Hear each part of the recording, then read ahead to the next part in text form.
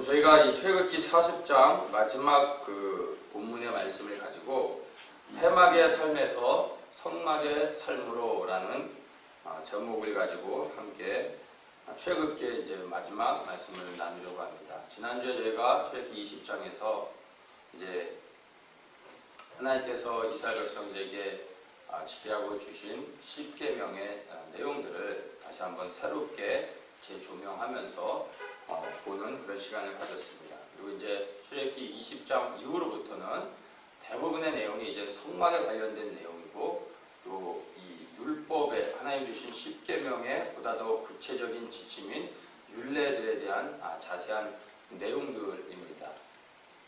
그런데 이제 그 중간에 한 가지 중요한 이제 사건이 또 나오는데 그것이 모세가 이제 하나님으로부터 돌판을 새긴 그 10계명을 받으러 시내산에 올라간 사이에 이스라엘 백성들이 하나님 앞에서 범죄하는 사건, 그러니까 계명을 주셨는데 그 모든 백성들이 모세를 통하여 받은 계명들에 아멘으로 화답하며 그렇게 지키겠다고 하나님과 언약했음에도 불구하고 얼마 시간이 지나지 않아서 바로 우상 숭배하는 범죄를 저지릅니다. 그래서 그것으로 인하여 하나님의 심판을 받는 사건이 나오는데 그것은 저희가 이제 본문 말씀을 나누는 가운데 그 부분을 한번 좀 같이 다루면서 같이 보도록 하겠습니다.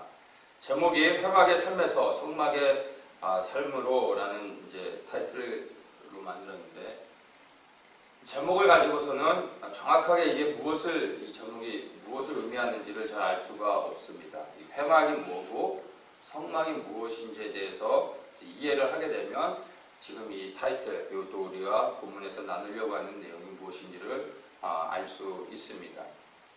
먼저 이 성막과 회막의 차이점들을 한번 보고 그 다음에 이제 말씀들을 이제 본격적으로 좀 나누도록 하겠습니다. 지금 여기에서 우리가 지금 읽은 본문에서도 회막이라고 말하고 또 성막이라고도 말하는데 두 가지의 다른 이름으로 말하고 있지만 사실은 이것이 서로 다른 것이 아니라 하나인 것입니다. 그러니까 회막이 곧 성막인 것입니다. 출애굽기 40장 2절에 보면은 이렇게 말합니다. 너는 정월 초 1일에 성막 곧 회막을 세우고 이렇게 말하죠. 그러니까 성막이 곧 회막인 것입니다. 회막이 곧 성막인 것입니다. 그러니까 이것은 다른 내용이 아니라 사실은 같은 이름을 가지고 있는 것을 우리가 알 수 있습니다. 그런데 우리가 읽은 이 본문에서 34절에 보면 구름이 회막에 덮였고 여호와의 영광이 성막에 충만했다라고 말하고 있습니다. 그러니까 회막과 성막은 같은 것임에도 불구하고 어떨 때는 회막이라 말하고 어떨 때는 또 성막이라고 말하고 있다라는 것입니다. 이 본문을 가지고 우리가 볼 때 성막을 우리가 어떻게 이해했냐면은 34절 본문 그대로 여호와의 영광이 성막에 충만하매 말 그대로 하나님의 영광이 충만히 임하는 하나님의 임재를 경험하는 곳을 우리가 성막이라고 이해하면 되는 것입니다. 하나님의 영광이 충만한 곳, 하나님을 만나는 그 장소, 실제적인 하나님의 경험하게 되는 곳을 우리가 성막으로 이해하면 됩니다. 그렇다면 회막은 무엇입니까? 회막은 다른 것이 아니라 바로 하나님을 만나는 장소로서 우리가 회막을 이해하면 될 것 같습니다. 출애굽기 29장 43절에서 이렇게 말합니다. 내가 거기서 이스라엘 자손을 만나리니 내 영광을 인하여 회막이 거룩하게 될지라. 어떻게 말하고 있습니까? 내가 거기서 이스라엘 자손을 만난다고 합니다. 그 거기가 어디죠? 회막인 것이에요. 그런데 그 회막에서 내가 이스라엘 자손을 만날 때 내 영광으로 인하여 그 회막이 거룩하게 될 것이다 말합니다. 회막이 거룩하게 되어질 때 그 회막이 성막이 되어지는 것입니다. 그래서 회막이라 말할 때는 하나님을 만나는 장소로서 우리가 이해를 하면 되는 것입니다. 그런데 성막은 바로 하나님을 만나게 되는 그 현장이 되어진다고 우리가 이해를 하면 되는 것입니다. 회막이라고 말하고 성막이라고 말하고 이제 바꿔서 계속 이렇게 얘기를 하는데 항상 그런 것은 아니지만 대부분 회막이라고 말할 때는 하나님을 만나는 장소로서 의미를 두는 것이고 성막이라고 말할 때는 하나님의 영광이 충만하여질 때 그걸 성막이라고 말합니다. 그 내용,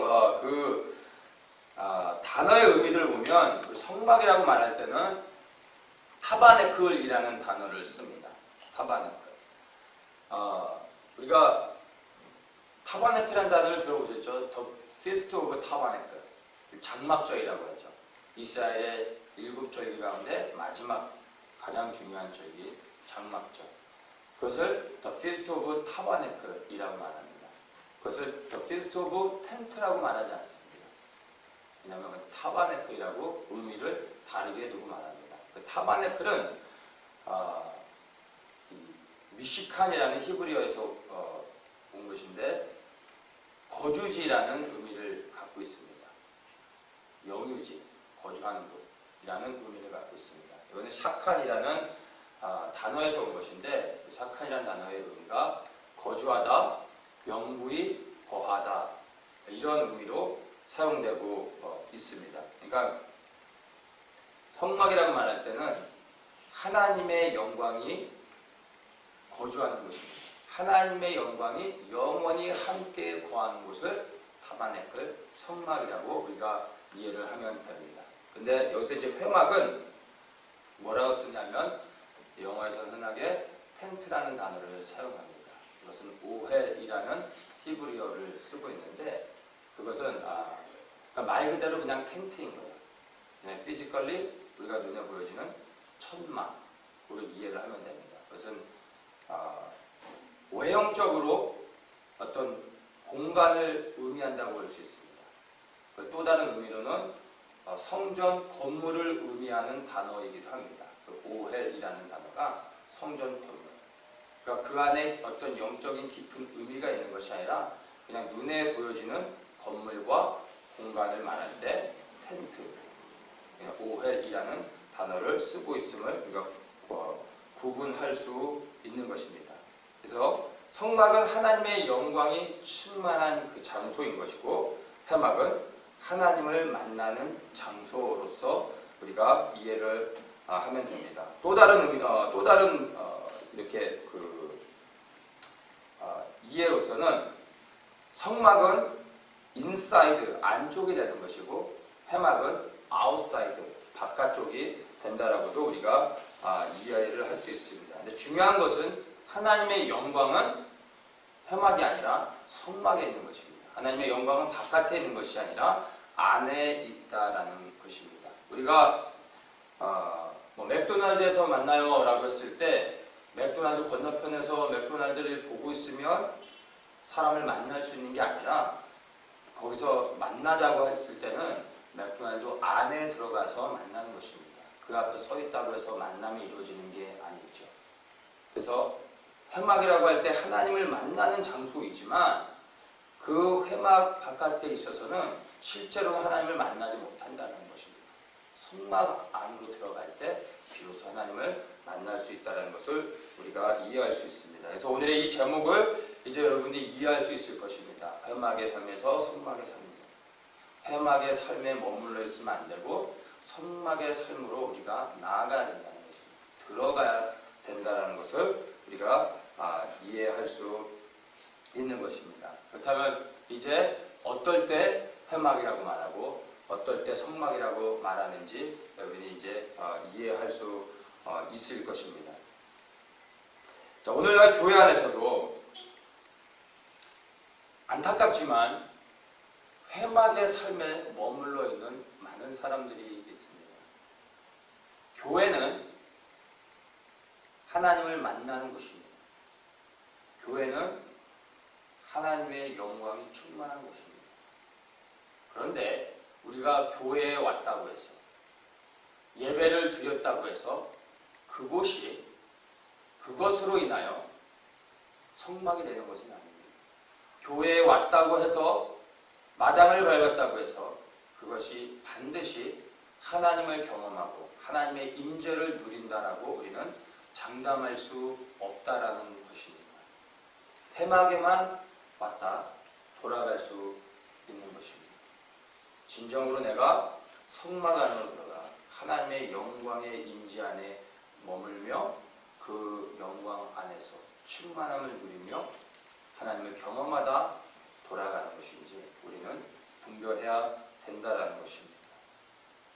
교회에 날마다 매 주일마다 빠지지 않고 왔을 때 우리가 매번 주일 성수를 하는 것을 자랑할 것이 아니라 진정으로 나는 교회 올 때마다 예배에 참여할 때마다 성막 안에 들어가며 하나님의 영광을 그 임재를 경험하고 있는지 우리 스스로에게 질문하며 도전해 봐야 하는 것입니다. 성막으로 들어가는 삶, 바로 그것이 오늘 나누고자 하는 말씀의 포인트인 것입니다. 그렇다면 성막의 삶을 산다는 것은 무엇을 의미할까요? 성막 안으로 들어가는 것, 성막의 삶을 산다는 것이 무엇을 의미하고 있을까요? 이것은 하나님과의 관계를 말하는 것입니다. 하나님과의 관계, 하나님과의 그 친밀함이 곧 성막의 삶이라는 것을 우리에게 말해주고 있는 것입니다. 출애굽기 24장 말씀을 한번 보겠습니다. 하나님께서 구체적인 율례에 대해서 이제 21장부터 23장까지 말씀하시고 이제 24장에서 이런 장면이 나옵니다. 24장 1절부터 한번 제가 읽겠습니다. 또 모세에게 이르시되 너는 아론과 나답과 아비후와 이스라엘 장로 70인과 함께 여호와에게로 올라와 멀리서 경배하고 너 모세만 여호와에게 가까이 나오고 그들은 가까이 나오지 말며 백성은 너와 함께 올라오지 말지니라. 모세가 와서 여호와의 모든 말씀과 그 모든 율례를 백성에게 구하매 그들이 한 목소리로 응답하여 가르되 여호와의 명하신 모든 말씀을 우리가 준행하리이다. 자, 이 본문을 읽어보면 우리가 세 단계의 다른 사람들이 있다는 것을 발견하게 됩니다. 첫째는 뭐죠? 산 위에 올라가지 못하는 사람들이 있습니다. 이스라엘 백성들은 산 위에 올라가지 못합니다. 두 번째 부류의 사람은 누구입니까? 이스라엘의 장로들, 이스라엘의 리더들. 그들은 산 위로 올라갑니다. 그런데 그들은 중간에 올라가다가 멈춰서야만 됩니다. 가까이 나가지 못합니다. 멀리서 하나님을 경배하게 됩니다. 그리고 모세 한 사람만이 이제 산 위 가장 높은 곳에 올라 하나님을 만나게 됩니다. 여기가 바로 하나님을 만나는 장소, 곧 성막이 되어지며 하나님의 임재를 경험하게 되는 것을 우리가 볼 수 있습니다. 하나님을 가장 가까이, 산 위에 가장 높은 곳까지 올라간 모세가 하나님을 만납니다. 그리고 하나님을 만나고 하나님으로부터 말씀을 듣습니다. 그 말씀을 들은 모세가 내려와 이스라엘 백성들에게 그 말씀을 전하며 어떻게 살아야 될지를 하나님의 말씀을 대언하며 선포하고 이스라엘 백성이 그 말씀을 따르게 된다라는 것입니다. 산 위에 올라가야 되는 것, 그리고 바로 성막의 삶을 산다는 것, 그것은 산 위로 올라가는 것이며 바로 하나님을 만나기 위한 것이라는 것입니다. 가장 높은 곳에 올라가는 게 중요한 것이 아니라 하나님을 만나는 곳까지 올라가야 된다는 것입니다. 장로들도 이스라엘 리더들도 어느 정도까지는 산 위로 올라갔습니다. 그러나 그들은 멀리서 경배할 수밖에 없었습니다. 하나님이 더 이상 가까이 오는 것을 그만두셨던 것입니다. 나는 백성들보다는 더 높이 올라왔습니다. 나는 그래도 중간까지는 올라왔습니다. 이런 것은 아무런 의미가 없습니다. 가장 높이 올라가는 것도 의미 없는 것입니다. 중요한 것은 하나님을 만날 때까지 올라가야 된다는 것입니다. 하나님을 만나는 데까지 올라갔던 모세가 하나님으로부터 말씀을 듣는 것입니다. 그리고 그 말씀을 들을 때 이제 하나님께서 어떻게 살아야 되는지, 무엇을 행해야 되는지 말씀하신다는 것입니다. 우리도 하나님을 만나기 위해, 하나님의 말씀을 듣기 위해서 올라가기를 원합니다. 그런데 우리는 이미 올라가기 전에, 하나님을 만나기 전에 하나님으로부터 듣고자 하는 것들이 정해져 있습니다. 하나님이 말씀하시는 것을 듣길 원하지 않고 우리가 듣길 원하는 것이 있습니다. 하나님이 집을 사야 될지 말아야 될지, 직장을 옮겨야 될지 말아야 될지, 이리 가야 될지 저리 가야 될지, 이 사람과 결혼을 해야 될지 말아야 될지, 우리가 듣기 원하는 그 뭔가를 가지고 하나님을 만나러 올라가는 거예요. 그런데 모세가 가장 높은 곳에 올라가 하나님을 만나요. 했을 때 하나님은 모세가 듣기 원하는 것을 말씀하지 않으셨고 모세가 들어야 되는 것, 이스라엘 백성들이 듣고 행해야 되는 것을 말씀하셨다라는 것입니다.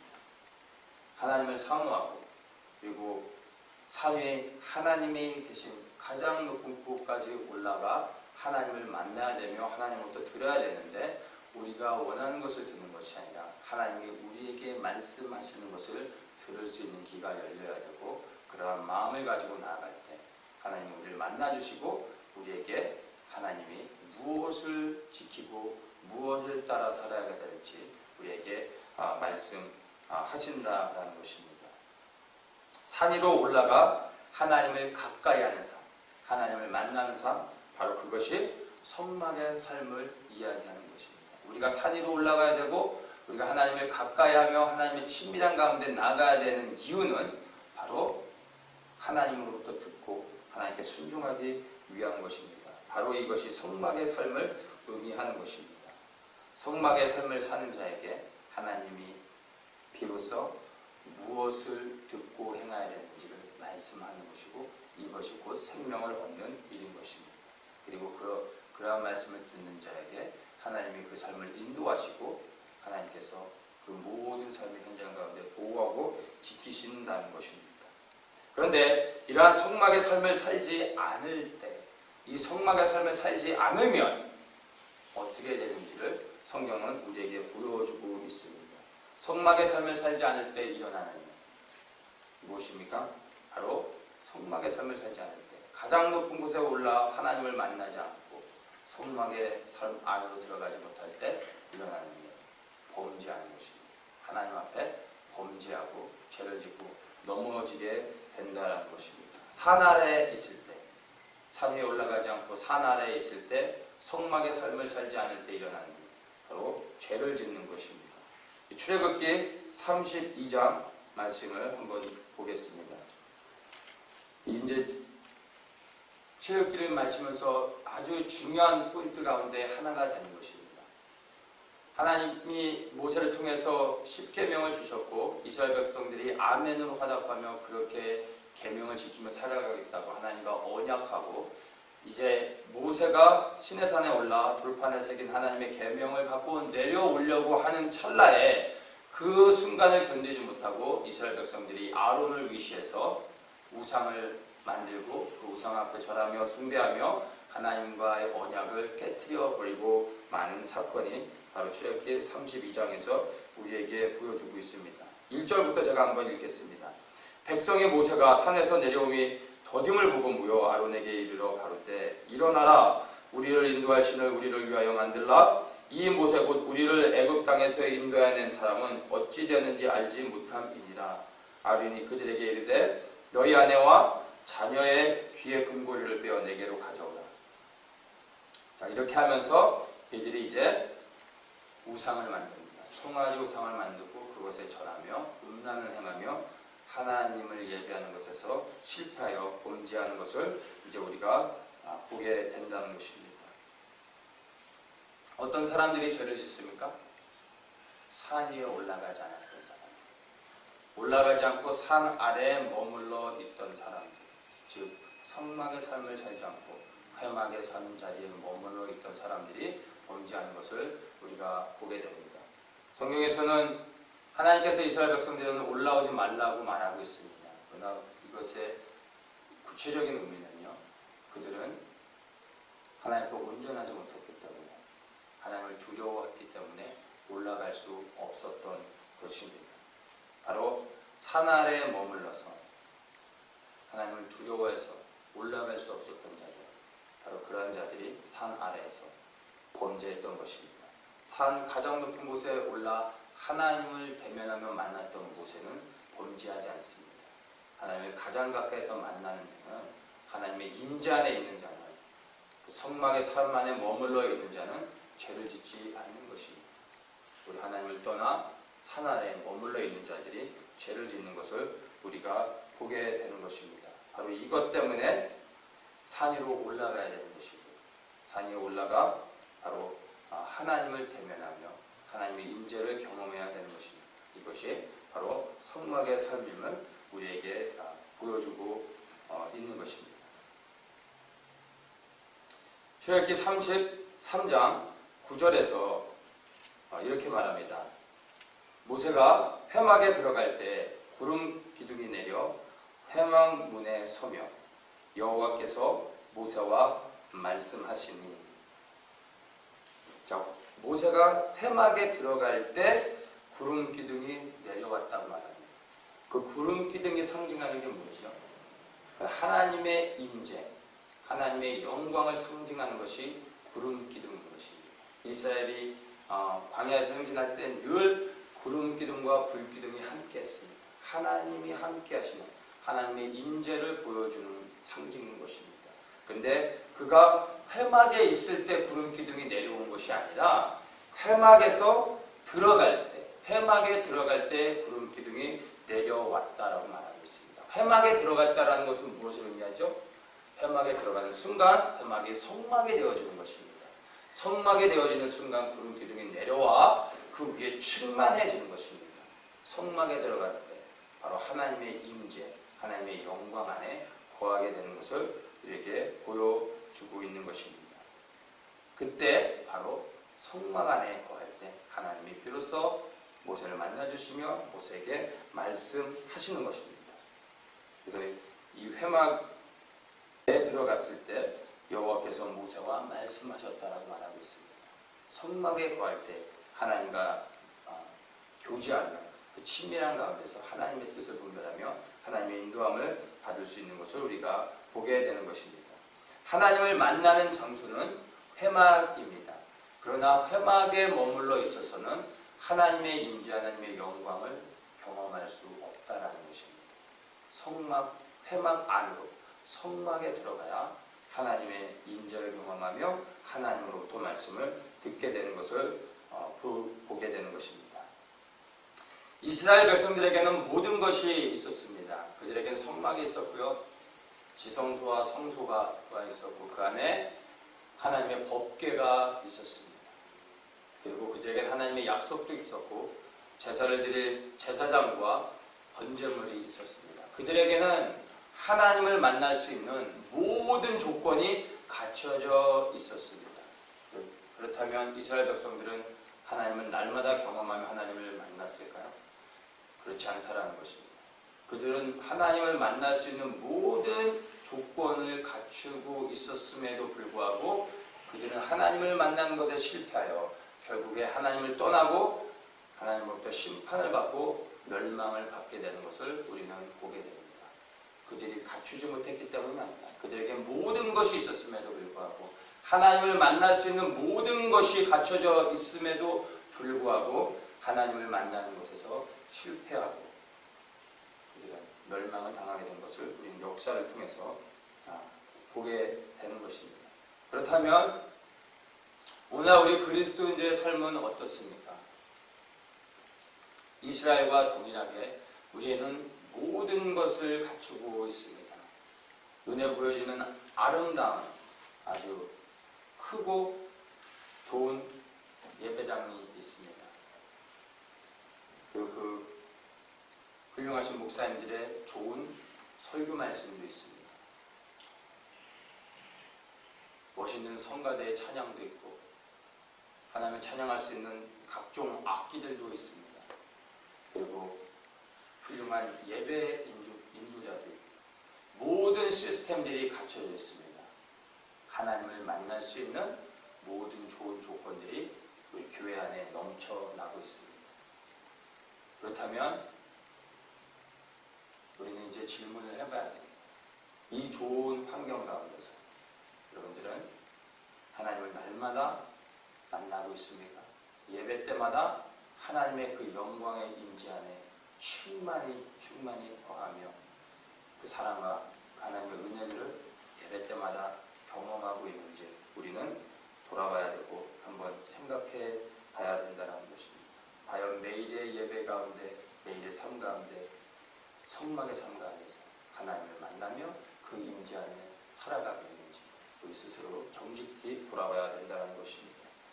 많은 사람들이 안타깝게 하나님의 임재를 경험하지 못하면서도 예배를 드리러 나오고 예배가 끝나면 즐겁게 식당으로 가서 식사를 하며 성도들과 교제를 나누고 이제 즐거운 마음으로 돌아가 오후의 시간에는 자기들이 원하는 것을 합니다.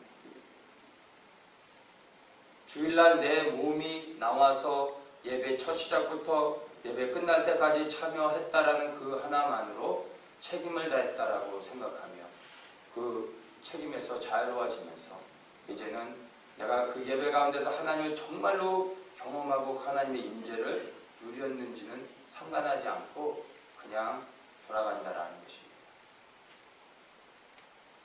이제는 우리는 진지하게 그 부분에 대해서 돌아가야 되는 것입니다. 만약에 예배 가운데서 내가 하나님의 임재를 누리지 못하고 하나님을 경험할 수 없었다면 여러분 예배가 끝났더라도 그 자리에서 일어나면 안 됩니다. 밥을 굶더라도 성도들과 교제를 하지 않더라도 여러분 그 자리에 머물러 있어서 하나님께 기도하면 안 됩니다. 하나님, 왜 내가 오늘 하나님을 만날 수 없어? 내가 왜 하나님의 임재를 오늘 경험하지 못하는 것입니다. 나에게 죄가 있다면 지금 나의 죄를 깨닫게 하시고 드러내 주시고 그 죄를 제거해 주시고 내가 이 시간 하나님의 임재를 경험하게 해 주십시오. 내가 이 임재를 경험하지 못하면 지금 내가 오늘 이 자리를 일어날 수 없습니다. 나를 만나 주십시오 라고 기도해야 되는 것입니다.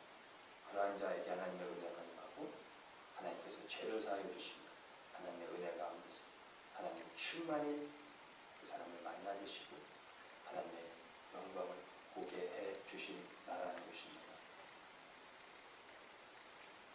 수많은 사람들이 교회에 오면 그것이 곧 성막에 거하는 것으로 착각을 하는 것입니다. 주일 성수 한 번도 빠지지 않고 거기에다 헌금까지 하고 또 봉사까지 하면은 뭐 더 이상 퀘션이 없다라는 거죠. 그러나 여러분 주일 성수를 하고 주일 성수를 빠지지 않고 헌금도 11조를 빌 때 각종 여러 가지 헌금도 하고 교회 와서 봉사도 하고 선교도 나가면 교회에서는 좋아하죠. 그리고 그 믿음을 인정해주고 축복해줍니다. 그런데 여러분 그것이 꼭 성막의 삶을 사는 것이라고 단정 지을 수 없다라는 것을 저는 말씀드리고 싶습니다. 교회가 기뻐해주고 믿음을 인정해 준다고 해서 그것이 하나님이 인정해 주는 것은 아니라는 것을 우리는 알아야 된다는 것입니다.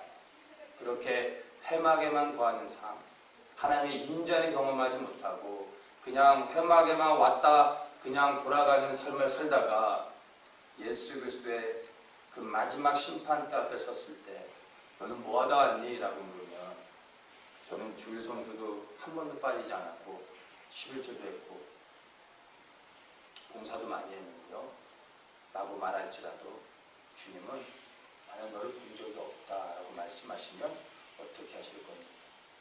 그때는 돌이켜 후회해도 아무런 소용이 없습니다. 그 심판대 앞에서 만나는 예수 그리스도는 사랑의 주님이 아니라 바로 심판하시는 주님, 그리고 그 심판 후에 통치하시는 공의의 하나님으로서 계시기 때문에 우리에게 다시 한번 하나님의 은혜 가운데서 우리에게 기회를 주시고 다시 한번 하나님을 섬길 수 있는 그런 시간을, 기회를 우리에게 허락하지 않으신다는 것입니다. 바로 지금 이 순간 은혜의 아래 살아가고 있는 이 시간, 이 장소에서 우리가 우리의 잘못된 것들을 돌이켜보며 하나님 앞에 우리의 삶을 바로 잡아야 된다라는 것입니다. 우리가 읽는 이 본문 출애굽기 40장의 이 34절부터 38절까지의 이 말씀이 출애굽기의 마지막 구절이 되는 것입니다. 항상 모든 이 책에서 그 성경 가운데 마지막으로 말하고 있을 때 그 마지막이 주는 메시지가 있는 것입니다. 출애굽기 40장이라는 큰 이 분량 가운데서 마지막 구절에서 우리에게 말해주고 있는 것이 무엇입니까? 34절 다시 한번 읽겠습니다. 그 후에 구름이 회막에 덮이고 여호와의 영광이 성막에 충만하매 여호와의 영광이 성막에 충만함에 38절입니다. 낮에는 여호와의 구름이 성막 위에 있고 밤에는 불이 그 구름 가운데 있음을 이스라엘의 온 족속이 그 모든 행하는 길에서 친히 보았더라. 출애굽기 마지막을 통해서 하나님이 우리에게 말씀해주고 싶은 것이 있는 것입니다. 바로 성막인 것입니다. 성막에 들어가라는 것입니다. 이 성막에 들어가는 자들만이 성막의 삶을 사는 자 위에 하나님의 영광이 임하시며 그 삶을 보호하고 그 삶을 지키시며 어디로 어떻게 가야 될지를 말씀해 주신다라는 것입니다. 여러분 출애굽 하셨습니까? 출애굽이 무엇을 의미하죠? 예수 그리스도의 대속의 은혜로 마귀의 권세 아래서 사망을 당했던 우리를 구원해 주신 것입니다. 그것이 출애굽이죠. 출애굽하고 나서 이들이 어디에 있습니까? 광야에 있다라는 것입니다. 광야에서 장막을 치고 그 장막 안에 거하지 않으면 살아남을 수 없는 것입니다. 우리는 광야의 길을 알지 못합니다. 광야에서 우리의 그늘이 되어지고 또한 그 구름 기둥과 불 기둥으로서 우리를 보호해 줄 수 있는 바로 하나님의 임재가 없으면 우리는 광야 가운데서 애굽을 나왔다 할지라도 광야 가운데서 살아남을 수 없는 것입니다. 애굽에서 나왔다 할지라도 광야 가운데서 하나님의 임재 안에 날마다 그 성막의 삶을 살지 않으면 여러분 출애굽한 것이 복이 되지 않을 수도 있다라는 것입니다. 출애굽 마지막에서 우리에게 말씀해주며 우리에게 보여주고 우리에게 경고해주고 있는 것은요, 성막의 삶을 살아야 된다는 것입니다. 구원받았기 때문에 출애굽했기 때문에 이제부터는 하나님의 임재 안에 그 하나님의 성막 안에서 거하며 하나님의 인도하심을 받으며 나아가야 된다는 것입니다. 그것이 오늘 이 출애굽 마지막 말씀을 통해서 우리에게 말씀해 주시고 또한 요구하시고 있는 하나님의 말씀인 것입니다. 이제 구원받은 하나님의 백성들이라면 여러분 그 구원받은 자유를 가지고 우리가 원하는 대로 원하는 방향을 향하여 원하는 비전을 만들고 우리가 달려가는 것이 아니라 하나님의 영광의 임재, 구름기둥과 불기둥이 있는 곳에서 하나님의 영광이 구름기둥이 올라가면 텐트를 걷고 구름기둥이 움직이면 그 방향을 따라 나아가고 구름기둥이 멈춰서면 천막을 치는 것입니다. 그리고 하나님의 영광이 그 천막에 임할 때 그곳이 성막이 되어지는 것입니다. 그렇게 성막의 삶을 날마다 하나님의 임재를 경험하며 말씀을 따라 순종하며 그 인도하심을 따라 살아나갈 때 광야의 삶이 10년이건 20년이건 30년이건 여러분 그 삶이 우리에게 복이 되어지고 즐거움이 되고 우리에게 가장 안전한 곳이 되어질 수 있다라는 것입니다. 얼마나 내가 오랫동안 광야의 삶을 살아야 되느냐가 중요하지 않습니다. 매일의 삶 속에 내가 성막 안에 거하는 삶을 산다면 그 어느 곳보다 내가 있는 곳이 천국이고 그것을 인해 내가 기뻐하고 매일의 삶 속에서 만족함을 누리며 살아갈 수 있는 것입니다. 출애굽기의 마지막에서 우리에게 다시 한번 당부하고 있는 것들을 기억하시기 바랍니다. 하나님이 우리를 구원하셨습니다. 이제는 성막의 삶에서 매일의 삶 속에 하나님의 영광과 그 임재 안에 거하며 그 하나님의 은혜와 사랑을 누리며 살아가길 원합니다. 그리고 그 인도하심을 따라 매일의 삶 속에 순종하며 나아가시는 그러한 모든 복된 삶이 되시기를 예수님의 이름으로 축복합니다.